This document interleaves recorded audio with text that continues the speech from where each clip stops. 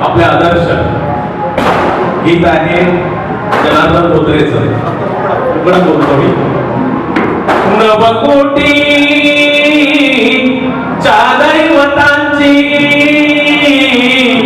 प्रगतीच्या मार्गदीपांची ऐका सुजना होई कथा सांगतो मी. एक क्रांती दुधाची, एक शांती दुधाची, एक क्रांती दुधाची, एक शांती दुधाची.